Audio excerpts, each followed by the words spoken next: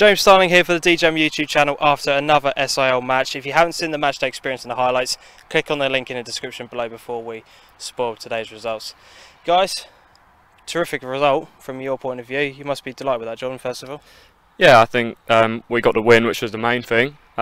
We made it hard, we always do, giving a goal away right at the start. You know, and we put pressure on ourselves, but I think first half the reaction from the lads was class, and really we should have killed them off first half.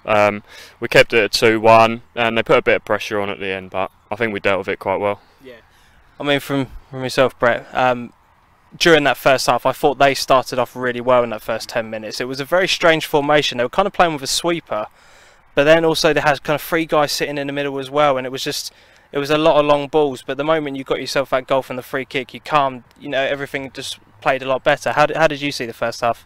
Yeah, I think you're right, but our gaffer noticed that quite early doors, so we changed it to kind of mirror, so we could kind of, you know, cut that out a little bit, and then push forward from there. But you're right. I mean, I think the only thing for us massively is that I don't think there was a real big threat going forward. So even when they were on top in that 10 minutes, I don't think they really looked like they were going to do much in the final third. So the quicker we identified that and kind of sorted it out, the better we became, and then settled into the game a little bit better. Yeah, definitely. I will just ask yourself, Brett. I've got to ask the penalty. I'm going to give the goalkeeper credit, because you know that was well placed from yourself, but he made an absolutely terrific save, didn't he? To be fair, I'd be the first to admit if I thought it was a bad penalty. I don't think it was a bad penalty. I think it was a good save. If anything, I'm disappointed for two things. One is I think I've got to be clever. I think he's always diving, so I've probably got to switch that up really and go down the middle. So I think I'm disappointed for myself there, because he's quite agile for a big lad. So I'm a little bit upset with that, and also that we've been in that position so many times this season where we go in at half time where I think we've been on top.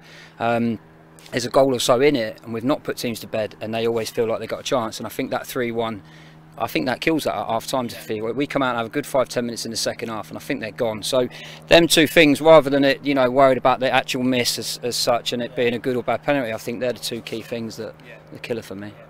You mentioned about kind of what's been happening throughout this season. You haven't really been able to kill teams off. So what was the message at half time? Even though you are 2-1 up, is it kind of a bit of a disappointment, or what was said to you guys at half time? I think the message was we've got to play forward with quality when it's on. But sometimes we was playing forward too quickly, so it's realising when that ball forward is on, you know, how many men we're putting forward, how many men we've got behind the ball, and just, you know, managing the game really. We didn't want to throw too many bodies and concede, but at the same time we wanted to try and kill the game off, and you know, we didn't manage to get a third goal, but we managed to see it out. Yeah, I was going to say that second half was very composed from you guys, wasn't it, really? Yeah, I think, you know, we try and play in their half as much as possible. I think we know that's our strength when we try and play in the opposition half, and we, you know, we play with high pressure. We've got the lads up front with the quality to finish, so teams in this division are going to make mistakes at the back. So if we can play in their half and put them under pressure and make them make the mistakes, you know, then we can capitalise on that. Definitely. So again, you've spoken, you know, about what's been going on so far this season. That's your third win of the season. But you're in amongst that cluster of teams in the middle. There's a bit of a gap between the top two, but then a real big cluster of teams. So what have your expectations changed from the start of this season, or what are you now expecting sort of moving forward, really? I think we've just got to keep concentrating on ourselves and what we're looking to do.